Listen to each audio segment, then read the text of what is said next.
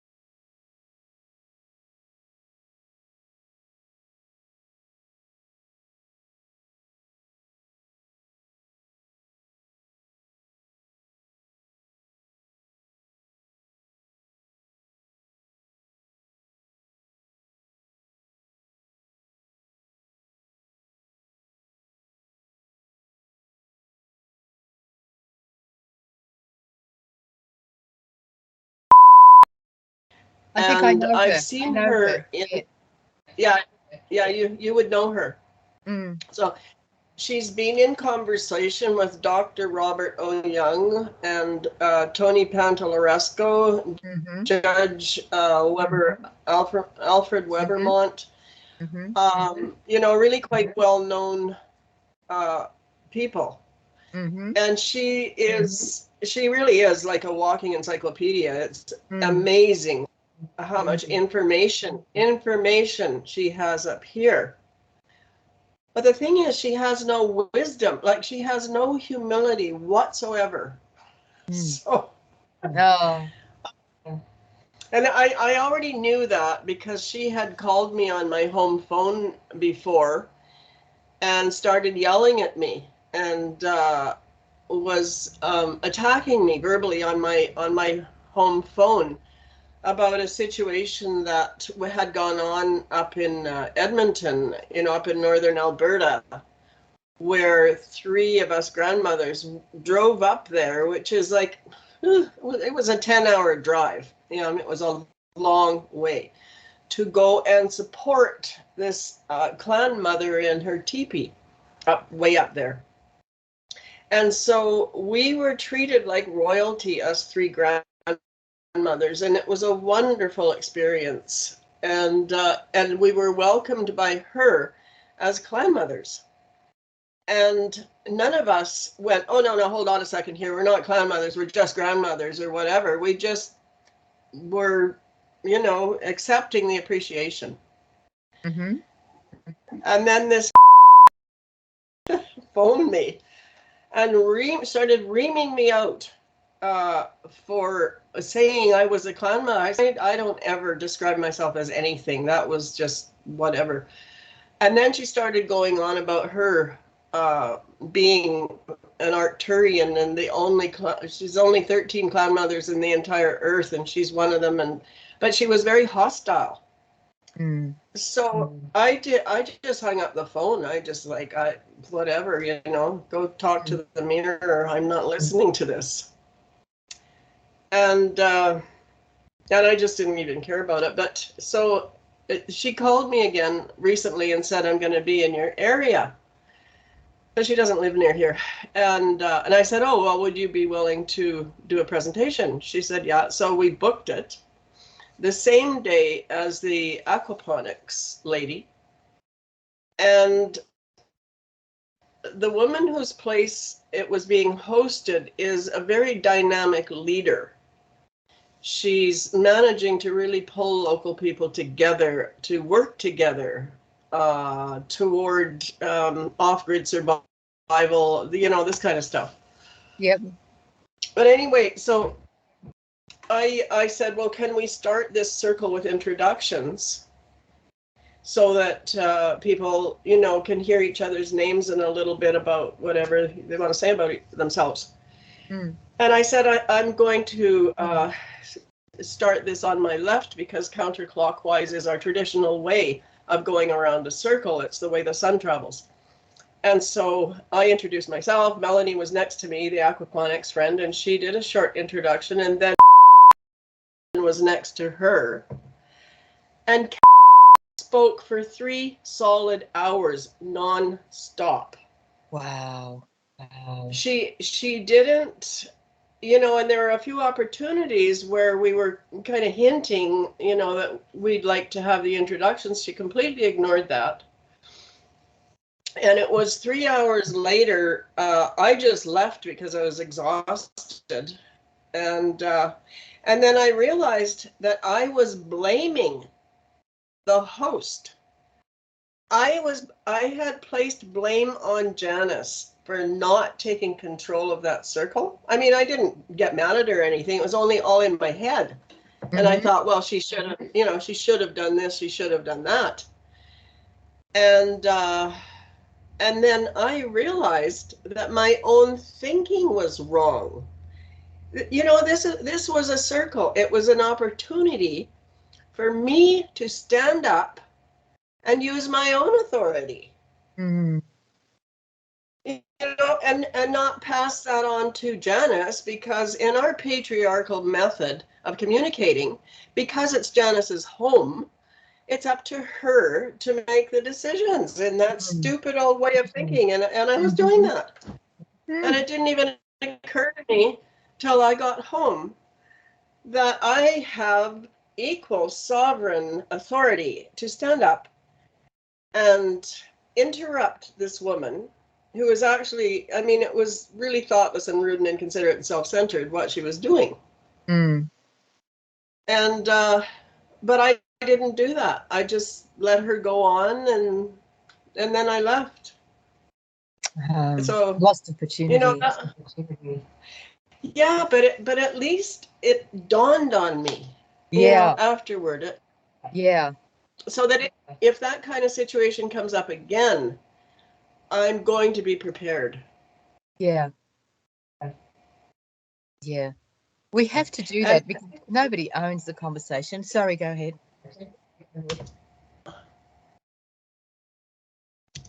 Oh, what's going on? Are you still there?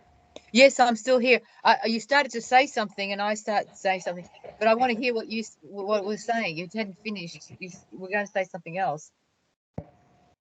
Oh, I don't know. My whole computer screen just went black. So. Oh yeah, I still can't see you, which is a bit of a bummer. But at least there, I can see you. But it's probably going to freeze like last time it did that too. Not to worry. I don't know. As long as I can hear you, that's the main thing. Well, we'll go on with what we were saying because I'm still intrigued. It's funny that she didn't realize with all her knowledge to have turns. You know, like it's so basic, and people don't realize this. They don't pay attention. Well, I think she's extremely egocentric. You know, I think that's what it is. And at the same time, she considers herself to be a very advanced. But Yes, being self-centered isn't advanced at all. It's not advanced at all. I had a friend call last night, and I was, you know, I've trained myself. I talk a lot. I do talk a lot, and she does too. But she didn't realize that every time I spoke, she would oppose me, and she wouldn't let me finish my explanation. This happens so much in patriarchy. And then she said that I've been talking all night. I said, luckily I have recorded it, and you'll see for yourself that that's not the case at all, but it makes you think that that's the case. And I have that so much. And it really, it's really quite stunning that it's not that I didn't speak at all. I'm not saying that. It's just that a lot of the time when I spoke, she would come and oppose as soon as I started speaking. I didn't have a chance to unfurl what I wanted to say. You know, she would oppose the first sentence, and that's very, very patriarchal. And I've been through that so many times. What we've got to understand is the program is extremely it's extremely insidious, and we don't get to see it. We can't see it a lot of the time if you're not aware of it, what you're doing. And we should point it out to each other, but everybody gets really pissed off when you do that, you know. And she would have gotten pissed off if you told her. What do you think she would have said if you told us that something? What do I think would have said? And what would you have said? And what would you have said in that situation? Yeah, good question. I think what I would have said was that we haven't reached the part where the presentations are starting yet. We're still at introductions. So could we please finish the introductions in the circle? And then we had agreed previously that Melanie's presentation would go first because it is the shortest, and then yours would go after that, Karen. I think I would have said that because we had agreed on that in an email. Incredible. I've watched you do the same. Have you ever got in on vaccine choice Zoom call? I don't. Wait, is that the English people? The English people, Children's Defence or something? No, no, that's Robert Kennedy. But no, this is right here. Actually, it comes from where I come from. It's right here in my area of British Columbia. But it's been going for over 40 years. And there are, I don't know, maybe 1,000 members by now or something. They're very good organization. But anyway, drops in once in a while on the Zoom call. And if she ever starts speaking, she literally will not shut up until there's a chairperson in that group, Ted, and Ted has to tell her to, just Yeah. let somebody else talk. She's completely unaware. Totally. It's very patriarchal. That's how patriarchy does it. Have you noticed that the men will go on and on, ramble on and on and on about stuff that we already know, like for the last 80 years, and a lot of the time, not always, of course, but it is very patriarchal because it's not balancing. It's you're not getting a balance. It's too lopsided. It's a simple balance. The thing is, we are all so colonized in our thinking by patriarchy that it doesn't even dawn on us that there's another way. We just try to squeeze whatever it is that we have to offer into the structure that they have put in place. And it doesn't dawn on women in general that, maybe there's actually a different way of thinking and behaving and a different attitude. And, maybe there's a whole different reality that we can open up and enjoy. Exactly. Yeah. That's very true. It doesn't even occur to them. And they just think that it has to be this way with a moderator and the structure the same. And they feel that they can just keep talking. They don't pay attention to the other people. They don't notice that the other person wants to say something at that juncture.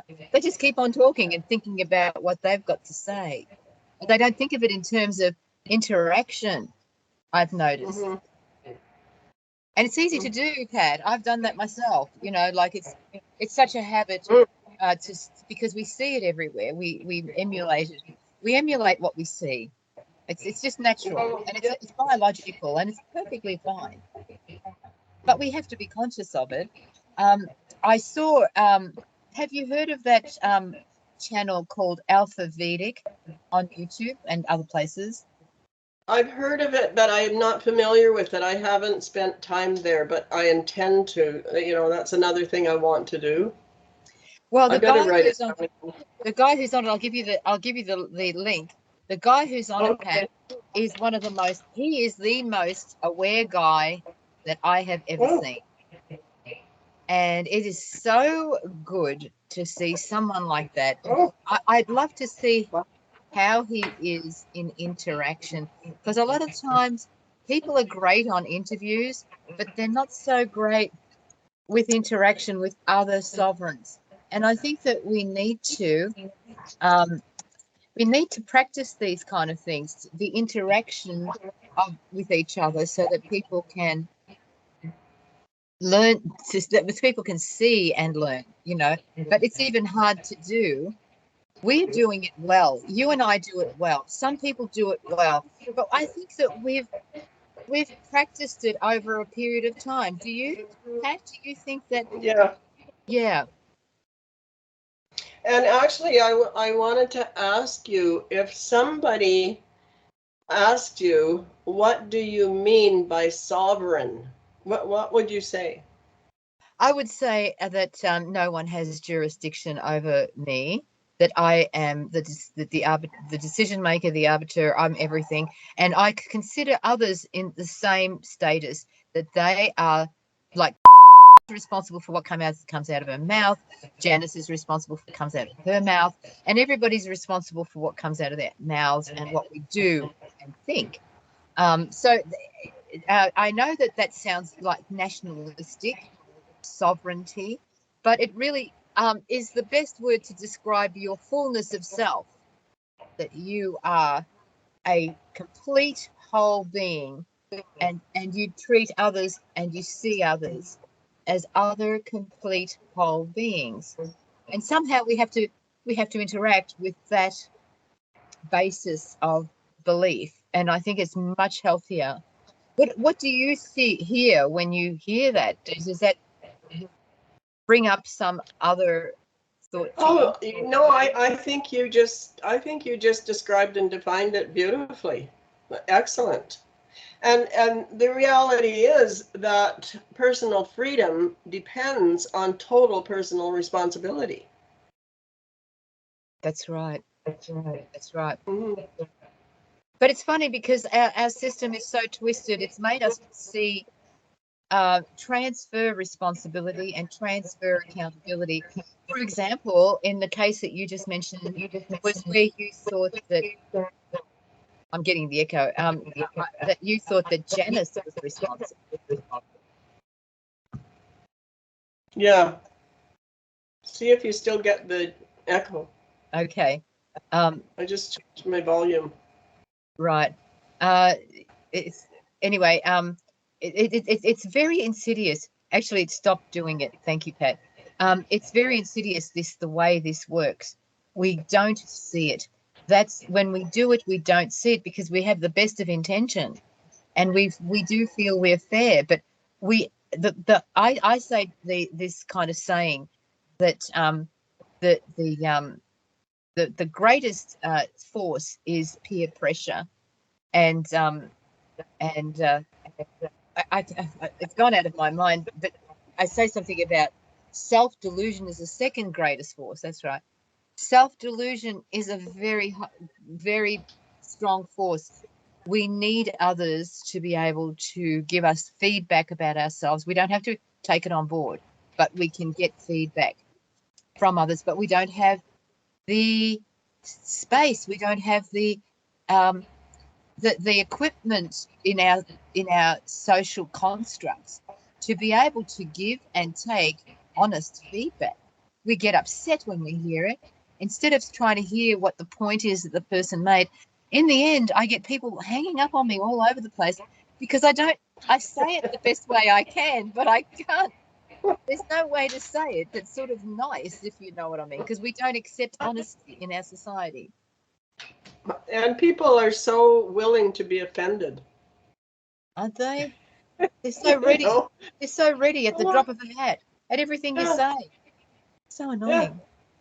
Yeah. I don't realize it. Well, and that also what you're describing there, the lack of a place or a space for us to practice interpersonal skills and communication. That's another offshoot of patriarchy, because originally in our communities, when we were matriarchal, prior to the Judeo-Christian bringing of the alien spaceship Bible directorate, we did live in community.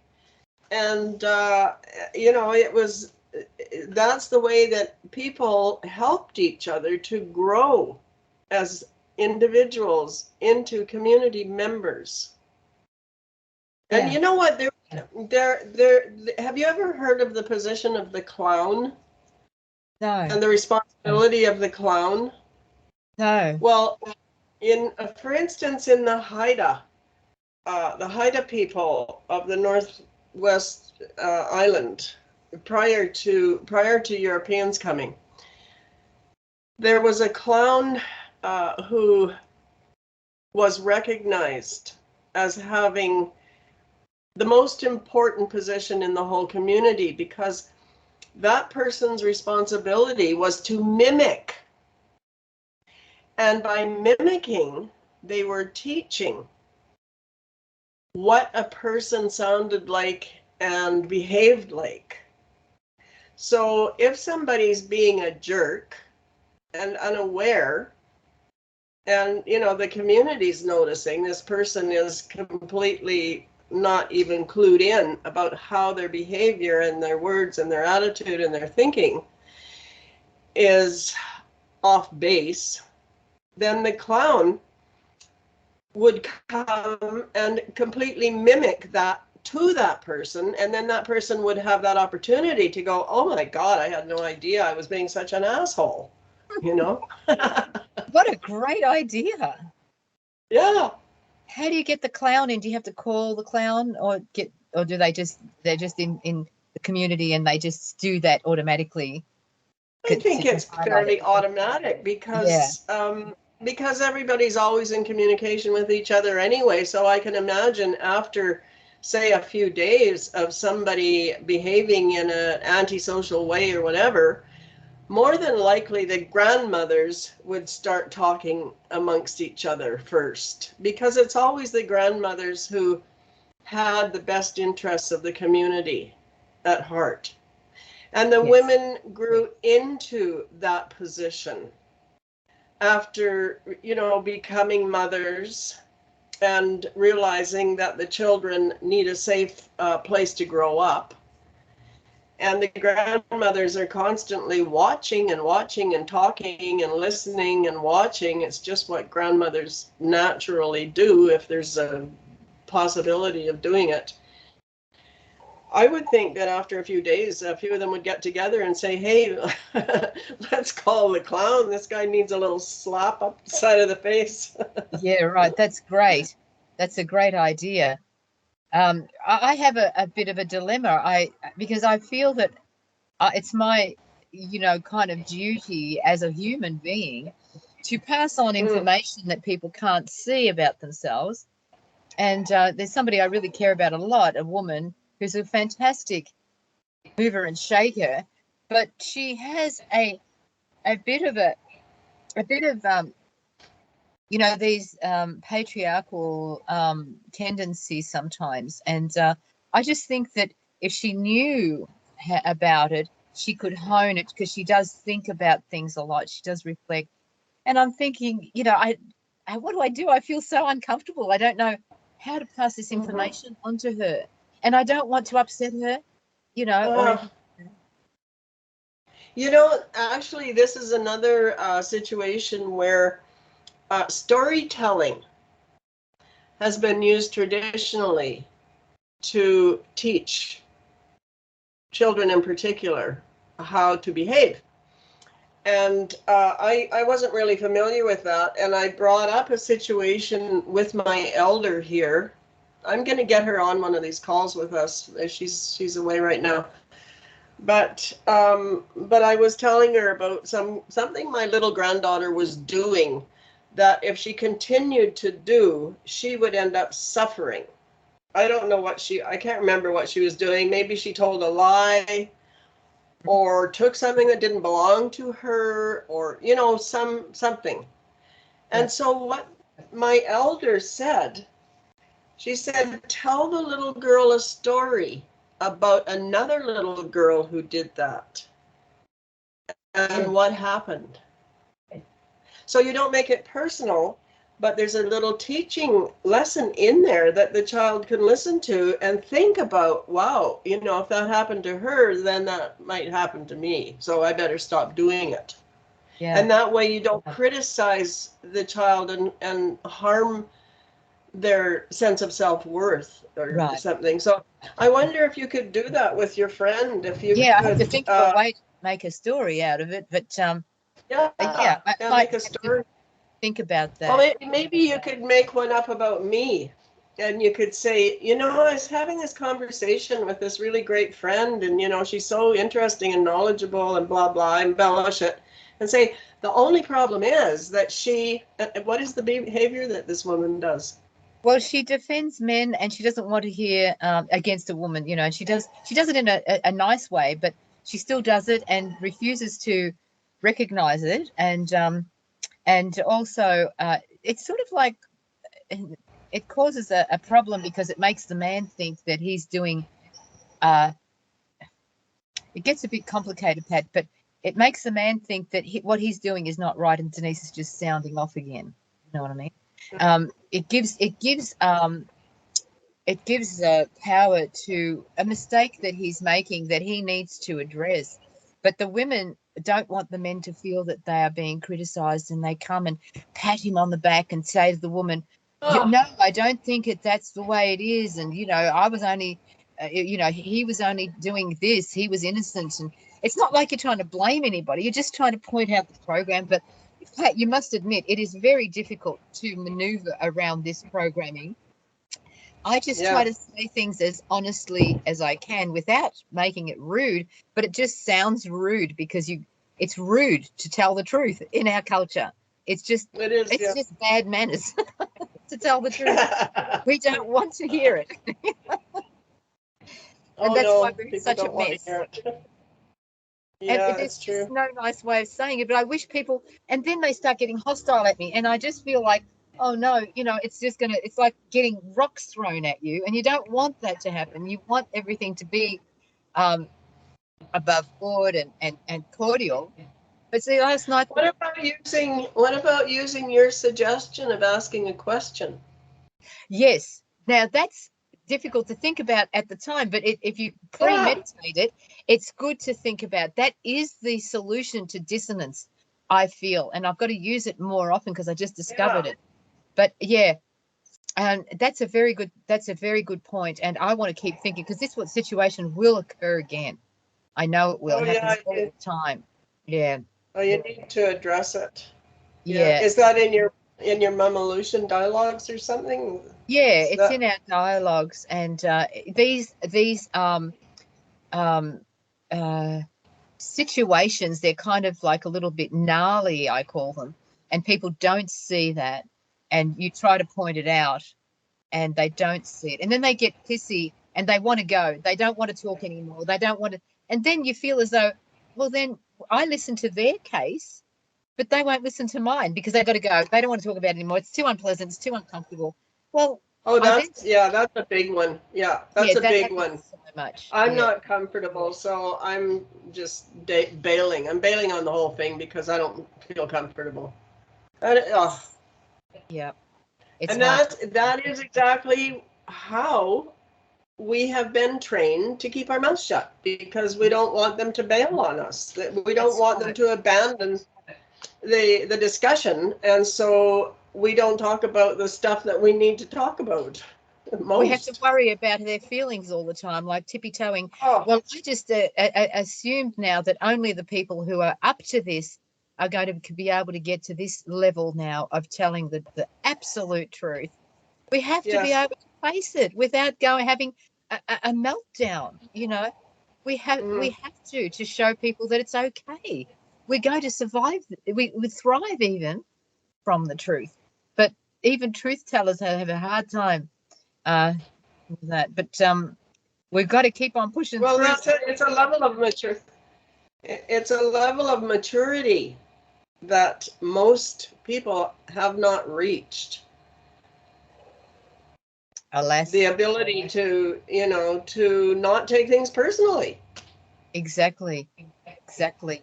Um, so it's just a matter of, and I'm thinking I'm not going to avoid um, this duty. It's not a duty. It's the only language that I can think of. But this obligation I feel as a human that we have to show each other these blind spots, and I'm hoping that she will understand. And I've done it a few times to her. I'm older than her, and she's thought about it and come out of it really good. So I feel Mm. it will be another lifting for her because she's brilliant. She's somebody that I really admire. And I want people to do that to me if I'm doing something that's annoying. And I do a lot of annoying things to people just by telling the truth. But I'm talking about, even if you think that I'm doing something annoying, speak to me about it. Don't just go on thinking it and then not having anything to say about it, because our whole structure of society is like this, and we're getting nowhere. We're just sweeping things under the rug all the time, I feel, rather Mhm. than, and then the person might be under the wrong impression themselves. They could be wrong as well. By having the discussion, we get to see the both sides instead of just staying Mhm. in our respective corner, like boxes or something. Mhm. So, Well, this is, it's very much like that old exercise that is done in a circle again, where, I don't know, you put something down in the center of the circle, or maybe somebody somebody states three sentences about something, whatever, and every person gets an opportunity around the circle to say what they heard and what they saw. And the thing is that everybody will have seen and heard something a little bit different. And so interesting. you get the opportunity to be able to appreciate that together, if we put together everybody's point of view, we have a much better idea of pulling together as a team, Yeah. because we all got to, you know, we all got an opportunity to describe things from our own point of view. And actually, you know, this is something that I'm going to have to bring up, and I don't know how it's going to go over, but I know I do. And that is, you know, we have these local group meetings like the one that came to. Hmm. And the focus is all on survival. How Oh, are we going to survive? oh, You that's know, do we yeah. have medicine? Do we have food? Do we have transportation? Do we have this? Do we have that? But there's never a discussion about who are we? Like, what do we Mm. really care about? What is Yeah. important? Is it just having a body that is going to get through this, and then we get to the other side and we're still with a bunch of strangers? Or, you know, the community part of it is lacking in terms of really community communication, Mm. of solidifying our affectionate relationships. Oh, I love that, Pat. You know, I think that it's again, it's patriarchal because the patriarchy only Yeah. thinks about solid gains. They're not thinking about relationship and relating to each other. They don't think about that Oh, interaction part. It's not even a thing. And why you prepare for survival? That means that you're not preparing for things going right. You're not putting down the new pathways. You're not laying yes, down anything new, you know. And yes, survival, think about it because it is important, but don't make it the only outcome because that's yeah. that's that's creating the situation. We don't want that Mm-hmm. situation, do we? You know, Yeah. and it could be only temporary if we're smart. And Mm. here we have a situation of a void being created, and we want to step into that void and not let the usual miscreants step into that void and then have it all just repeating again, you know? And that's what's happening. It's But exactly it what's looks like happening. it does look like that. Yeah. It's exactly what's happening when you look at these activist, uh, what do you, I don't know, call them political activists or something, and then there's the doctors who are activists. People who already have the confidence to stand up and speak out and, you know, maybe give a good message. But if they were all in power, they would just erect the same hierarchy. Exactly.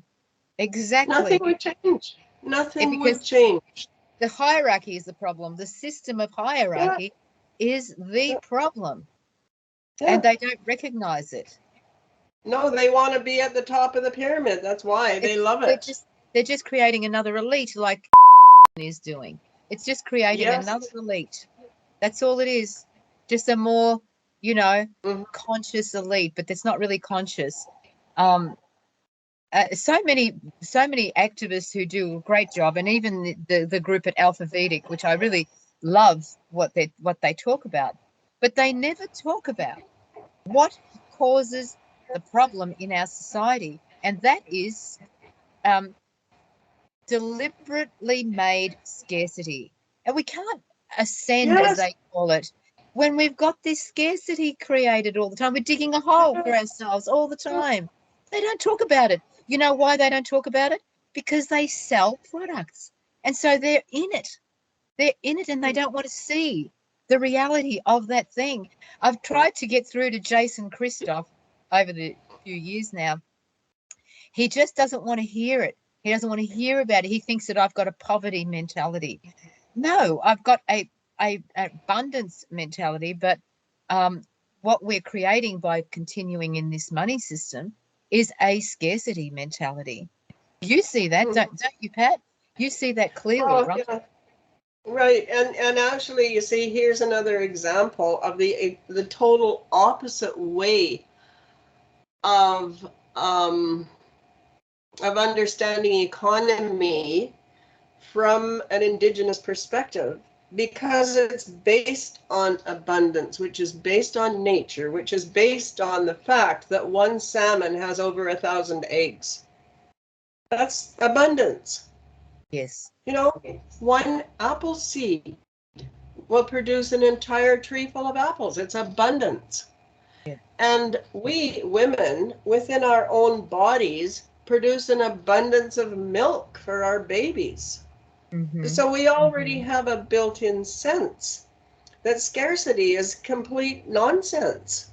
It's a made-up thing to keep people imprisoned in this economy of greed. And so, yeah, and so the economy of greed is all about taking. It's what can I take? What can I take? What can I take? There isn't enough. What can I take? The economy of abundance is what can I give? Yeah. It's the exact opposite. Yes.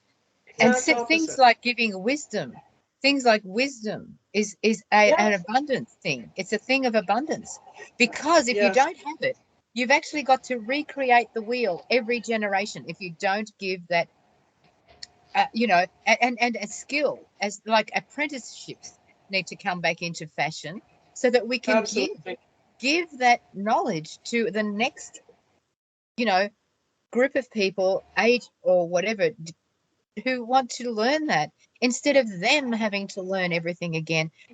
We elders don't have an ethic of that anymore. They used to have an ethic of that, but not anymore. To give wisdom, and share our knowledge as well as our resources. And we don't have any idea of giving back to the resources either, to nature. No, Please go. no. Yeah. Well, even the idea that an elder has anything to give is foreign in patriarchy, because according to patriarchy, we've been used up by the time we're 65 or 55 or whatever the going age is now. 45. And 45. In Australia, it was like that when I went back there. Oh my God, it was terrible. Yeah. Yeah, so we've already been used up, so now it's time to turf us into the the holding pen and jab us and get rid of us. Yes. And we're no more use. That's this idea of putting anybody in a separate group of society, like an elder people's home or retirement home. People of elderly, they need to be part of the society. The young people need to have elderly people telling them stories, helping them with their little chores, or telling them, things, passing things down. But we don't integrate people into society. We just, typical patriarchy. We put them in a compartment here, and those kind of people in another compartment over here. And all this. It's so counterintuitive. It's just so anti-nature, isn't it? Yep. It's very destructive. It's hateful. Actually, it's hateful. Yeah. Yeah. It's just so anti-nature, like antibiotic. Antibiotic means anti-life. So you're taking things in that's taking life away. And I know it's killing. But I think that we've got to see it in a different way. And I know we do have to, maybe, I can't see any other way sometimes other than killing, if you like, because if you've got an abundance of bad bacteria, I guess that's, maybe flushing is a better word. Flushing, I don't know. Because killing is just a terrible word. It's just so acceptable in our society. Kill this, kill that. Yeah. You know, I even say, like, Yeah. you know how they say kill two birds with one stone. I don't like to say that because I don't Yeah. like the thought of killing, you know.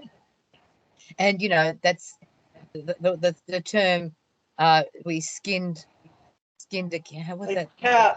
That's the way to skin a cat. I always say that's the way to skin Actually, a you know mango. what?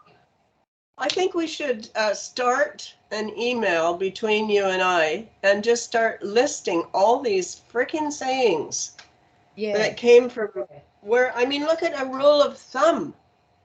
You know, look at the history of that. Do you know what the history of that is? No, A rule of no, I thumb? don't. No, please share it. Oh, oh, yeah, what it is that it's okay for a husband to beat his wife with a stick as long as it is no bigger than his thumb around. Oh, I love that. That's a Yeah. rule of thumb.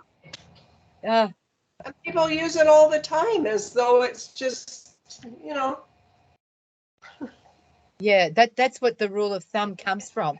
That the man Yeah. could have beaten his wife with it. It was kind of like a good and a bad thing, except it's a bad thing because it's like accepting that a man could rule his wife and beat her. Like that's acceptable, and that was acceptable, and it's still acceptable. When I Oh, have yes. arguments with men, they come into my space and they come Mm. right into my they try to intimidate me, and they go, "You fucking bitch." Or, you know, with Oh, mean look on their face. And like we've yeah. got to understand their voices are louder, they're bigger than us, they've got more muscle. So when they do that, they're really Oh, saying, yeah. you're not going to talk to me like that. I'm going to make you change what you say. And that to me is just a no. You don't go there. You know, you don't go there. If you try doing that to me, you'd better watch the heck out, because I just you can't do that. You can't intimidate people just because you're bigger and stronger, you know, and louder.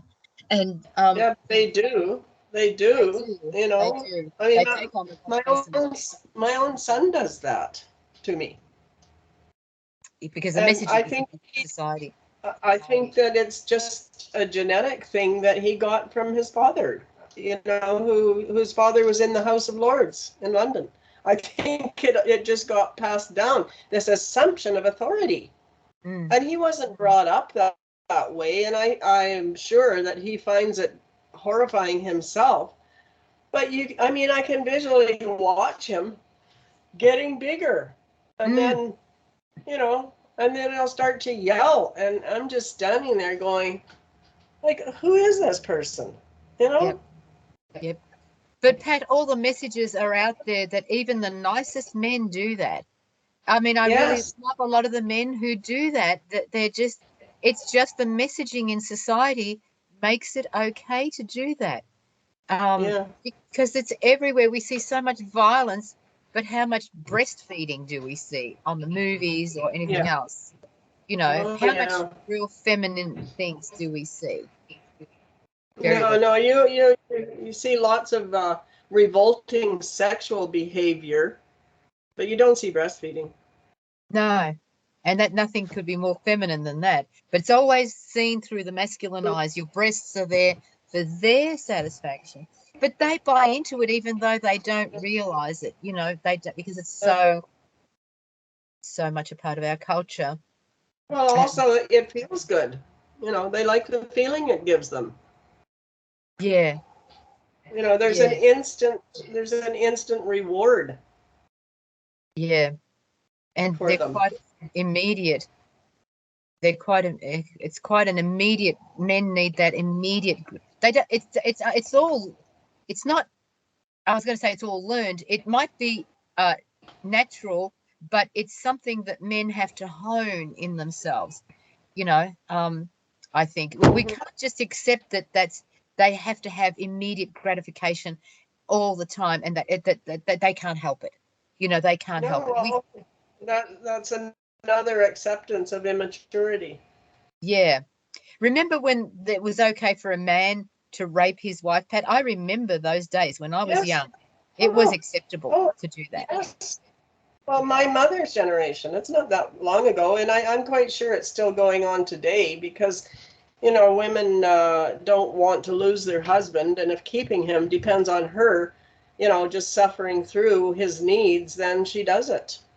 Like all women are sex workers, in my opinion. That's an interesting way to look at it. Yeah. Yeah. You know, Yeah. all women are. I mean, women will put up with being sexually assaulted by their own mate, boyfriend, husband, just to keep the peace. Yeah.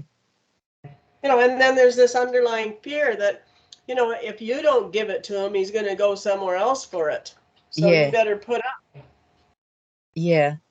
I think that even I've got a bit of a different, I mean, I agree with that, but I think that society is based on the wrong things, that women um, should have a special, you know, women like to have a special man who's reliable, but they also should have, in my opinion, feel free to have sex with men who are more sexually exciting than probably the person that they're with is who's reliable.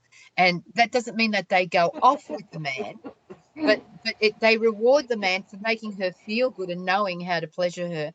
And the men, like you said, that they didn't care about their children. It was the brothers of the the wife who cared Mhm. about the children, and the man would gallivant, because a man's real duty is to spread the seed. That's really his Mhm. biological duty. Yeah. And I know women don't like to hear that because they don't want the men to wander off.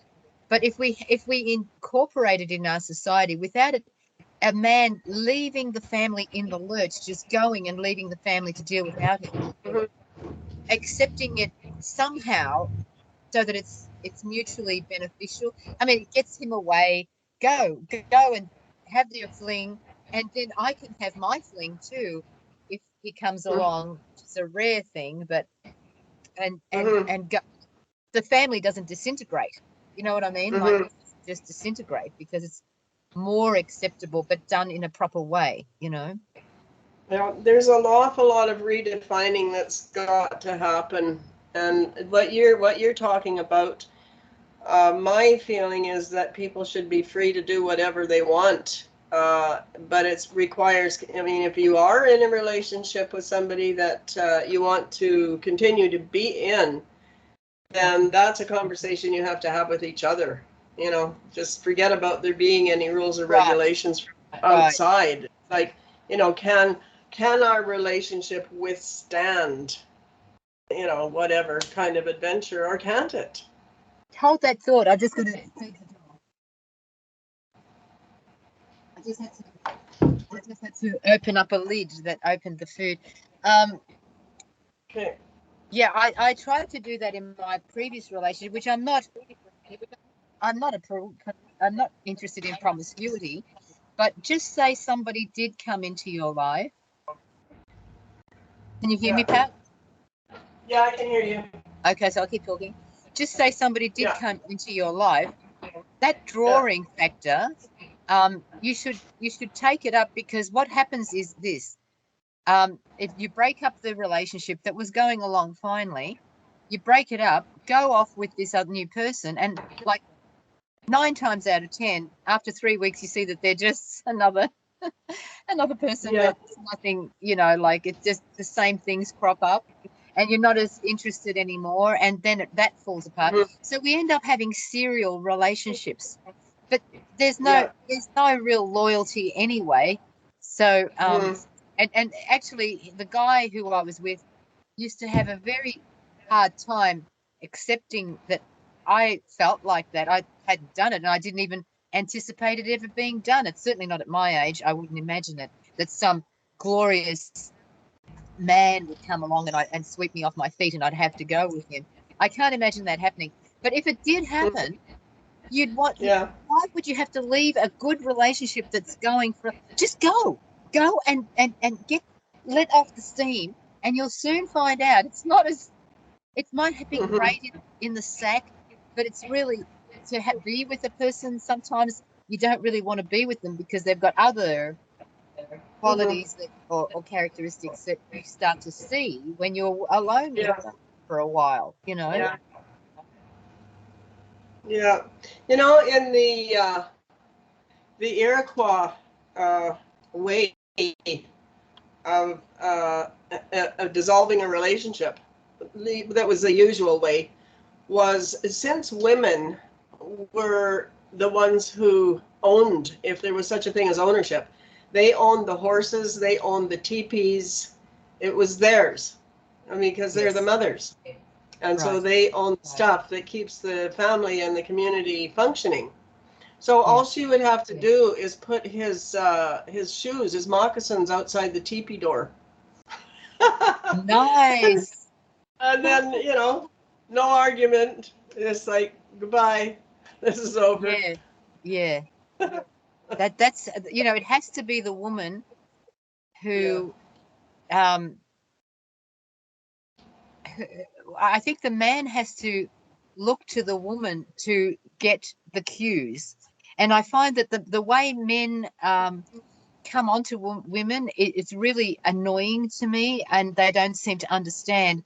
They sort of like go straight for the crotch, and Yeah, they do. instead of They go yeah, straight for the crotch, and then if it dawns on them that to get to the crotch, they have to do certain things like bring flowers and chocolate or whatever, then they'll do those things so they can get to the crotch. yeah, yeah. And then Yeah. they discard you. I've seen this happen to Oh myself yeah. and others many times. They discard you Yeah. once they've conquered that, once they've got Mhm. their satisfaction that way. And it's really, look, because we don't accept the truth about things, and he has to lead us on instead of being lighthearted about sex. And like we're not lighthearted about sex. We wear clothes all the time and we do all sorts of funny Mhm. things.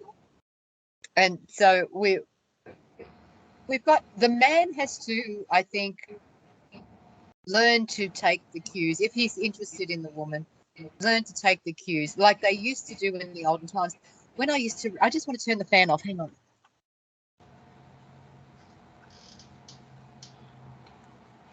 There's a lot of noise coming from your system. Oh. That's, in the old stories, the romance novels, Pat, the woman would play hard to get. I mean, really, really hard to get, and really pound her beau, or the potential beau who was interested in her. And I can see why.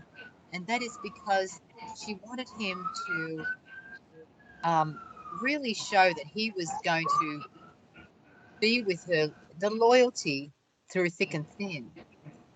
Because the men often just drop you like a hot potato if they don't get their way, Mhm. and you give your Well, body to them, also, and then yeah, back then there was no birth control to speak of. that's true. That's a different thing to live with altogether. Mm. And there was no financial independence for a Right. female. That's right. So she had to get him to prove that, he wasn't going to get the crotch until, he demonstrated that he was going to step up to those responsibilities, because once she gave the crotch, she was going to get pregnant. And then she was going to have to feed, clothe, and shelter these kids. Right. Which she couldn't do in those days because women were financially dependent. So the whole picture has really, really, really, really changed now. Yeah. Yeah. And We've got an opportunity. the Pardon? money, watching women now, like I said, I'm over 70 now. And just in my short time of life, I have been able to watch women go from having to depend on a man to not ever having to depend on a man. And it's changed the entire landscape of relationships for the better. Mm-hmm. It definitely Definitely has. for It the has. better, because now you have two possibly sovereign individuals making decisions based on the truth. Or at least it's possible now. It wasn't really possible then because she had to kowtow. She had to pretend that she was happy no matter what. You know, it was so much bullshit. Yeah. Have you ever seen a cookbook from the 1950s? I probably have. What are you referring to in particular? Okay, well, my mother had a Betty Crocker cookbook, which I gave to my daughter. But in that cookbook, every few pages, there was a hint about how to be a good housewife. For instance, when he got home from work, she was to be all dressed and have makeup on and looking fresh and pretty. And the children were to have been fed already and put to bed where they weren't going to be a nuisance. All these hints, you know, about how you're going to keep that man. Yeah. And have his slippers ready, have his newspaper ready, and all this. And his pipe and whatever. Right. And, you know, this is what I think of lately. And when, you know, because he went to work and he's tired, he gets home because he is the worker. When women go to work, we don't have any luxuries like that. The men don't have to do anything. The woman ends up doing most of the work at home as well for a long time. It's like that. Well, you know, it's interesting because now this particular daughter I mentioned, who's my younger daughter, she's turning 46 in 3 days. She's the one I gave the cookbook to. She's been married for 22 years. And it's the most successful marriage I've ever witnessed. Wow. And it's quite incredible because he's Puerto Rican. You know, like he's not even a first English language speaking person. He's from a completely different culture. So they have that, you know, difficult bridge to cross together. And the fact that they're, you know, a man and a woman, which is hard. But now, you see, she has been running her own business for a few years. And the business is growing. But because the business is growing, now she is working, she's like 18 hours a day, easy. Wow. Yep. And she still has 2 fairly small children at home, 7, the one I had here yesterday, and 11 years old. And they require, you know, a lot of time and energy. Yes. Now, he's not actually working. He's not actually working. He gets the odd job here and there. Mm-hmm. But then she comes home and she's also doing the grocery shopping, the cooking. He does the laundry, I think. But it's definitely not a shared workload. And I can see, just by watching, I can see that she's starting to question whether this marriage is worth it. Wow. I know. I won't talk to her about it unless she brings it up, because she already knows from watching me and my relationships with men that I just don't put up with anything. I'm the worst person in the world as far as impatience goes. I'm like, okay, if you can't, you know, if you can't help out here, get out. Exactly. Exactly. Exactly. I just, you know, it's never been worth it to me to try and make a relationship work if I'm working too hard at it. But I think part of what she's done is done the opposite, because she wanted to prove that it's possible to have a successful marriage after her mother was such a, you know, complete lost cause at it. But I'm watching, you know, I'm wondering, you know, how's she gonna do the next step in this marriage? Does he look after the children? Yeah, he does. Yeah. What would you just say that got lost in what I was saying? What you just said? Oh, I'm sorry. I don't remember. Anyway, it's my own personal family story, and it's just interesting to me to be watching it. Yeah, I don't know that marriage is really, or I have a different view of marriage. I think that we should do it like this, more like a lease works. You know, when you're young, you need to take out like a 20-year lease on the person, because you need the family, you need to be there for the family and all that. But when you haven't got the children to care about, you should say like, well, I think I could want to be with you for. There's a lot of noise coming through your machine again. Oh, I don't know what it is. My chair was squeaking a bit, maybe. It sounds like it's gone again now. Anyway, so it comes and goes. But anyway, usually when I talk, it comes on. And so, like, if you meet somebody, but you might not want to be with them all your life, you might say, I think we could be good for the next 5 years. And then when the 5 years comes up, you say, well, it's not going so good, but I think I could try it to see if it go better. I could try it for another 6 months or a year. But we have to negotiate these things because it's just left all to the wind.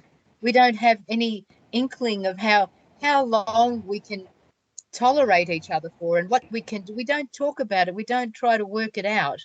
And in all the relationships I've had, they've just assumed that you either will have to be with them forever, or and I've assumed that of them.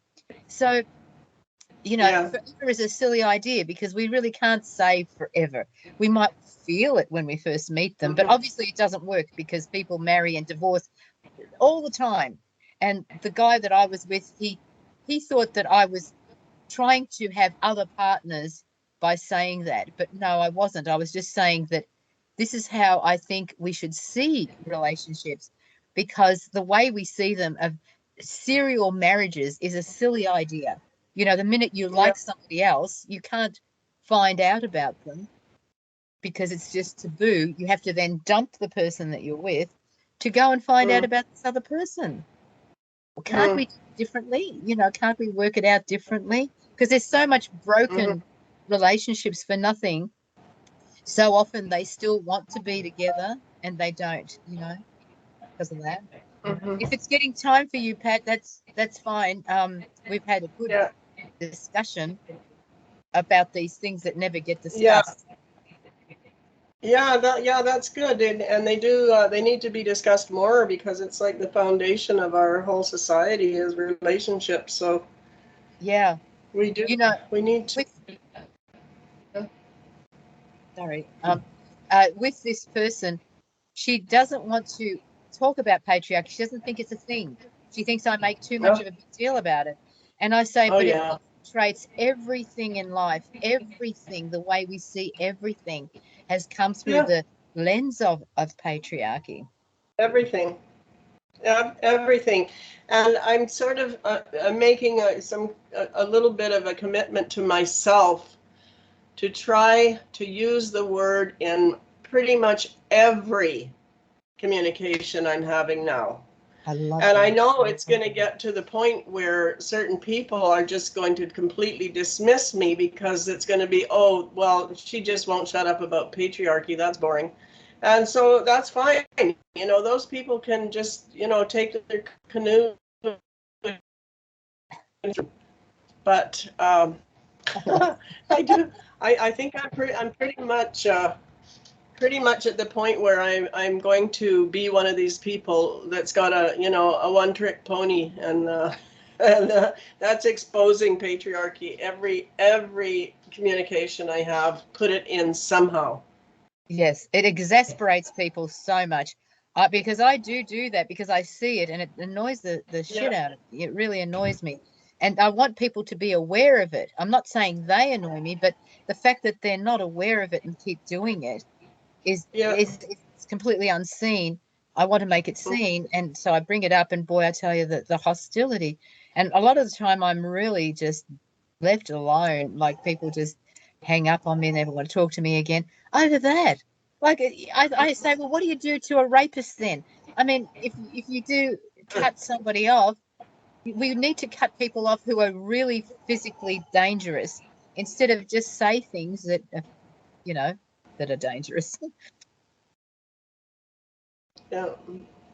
Well, I think women, we need to help each other become more confident to even talk at all, because women are largely silent.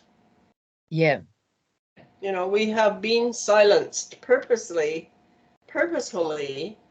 I have the list right in front of me that I use all the time to tell the ways we've been silenced, and that is shaming, insults, belittling, bullying, scoffing, ignoring, downplaying, ridiculing, and dismissing, Yeah. and outright violence.